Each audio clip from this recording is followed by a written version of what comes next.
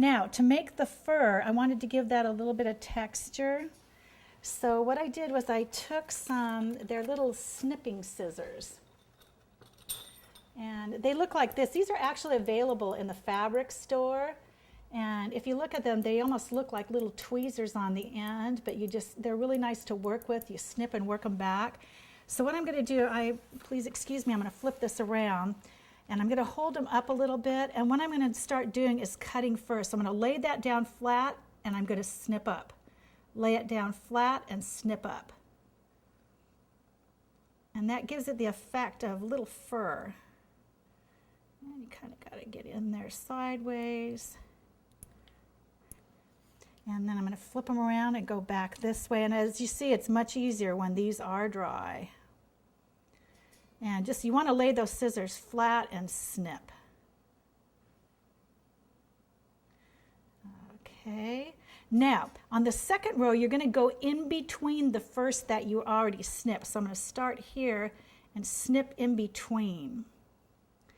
And you kind of want to make sure that you stay away from the parts that are wet right now, too. Okay, so snipping it in between. And I can flip it over this way.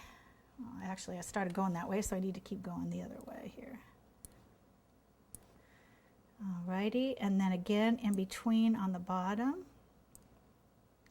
And as you can see, that's kind of cute. It just gives it a different texture and separates it from the royal, from the beard and the little mustache. So you've now become a hairdresser as well. Now, if you see some gaps, you can just take a pen and kind of push those in there. If you have to go back in and re-snip again, not a problem. Okay, and keeping in mind that it is a little bit wet there. Okay, so kind of cute, huh? He's got a little bit of fur hat there. Okay, now we need to fix the top of that, so we're going to kind of let that sit for a second. I use the Oasis foam because of the fact if you use the other styrofoam, it's really kind of stiff and hard to push those sticks in. So we're going to take another piece of red fondant, and we're going to kind of roll that. Now, if it's a little bit dry, again, just a little bit of shortening in your hand, rub that around, and we're going to, this is called conditioning your fondant, where you're softening it up. All right. And then we're going to kind of roll that. We kind of want it to look like a Hershey Kiss, and we kind of want to make sure that's going to be wide enough. So what we're going to do is roll that into a ball, and then, as you've seen my buddy Susan do, you're going to cup your hand, roll that into a V, and you're actually going to elongate that. We kind of want to make it look like a kiss. And what I do is to flatten that out, kind of dust the bottom a little bit, and you're going to sit that and kind of flatten it out. So it's looking more like a hat. Now we want this to actually, the brim to actually sweep down and come around. So we're going to have to try his hat on here. Okay, he's not wide enough, so obviously we're going to have to flatten this out a little bit more.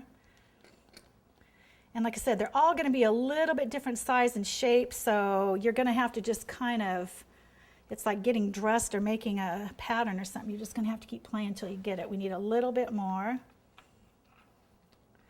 And I kind of start flattening this out here. Now if this starts drooping, it's okay because he's going to have a snowball.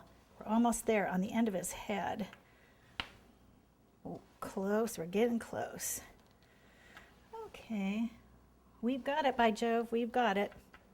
Now there is going to be a connection between this and this, but what we're going to do is we're going to cover that with a piece of holly and some berries. No way around that. I tried to think of a way, but this was the best way to stabilize this and hold it into place.